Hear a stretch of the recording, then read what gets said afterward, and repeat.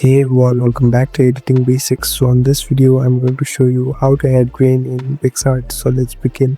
First of all, open your Picsart application. So as you can see, there's a plus icon on the middle. Tap on this to create a new project or open any of your project. Now tap on any of the images that you want to edit. So we have entered this editing platform now. Here on the bottom, you can see this option of stickers. Tap on this sticker icon.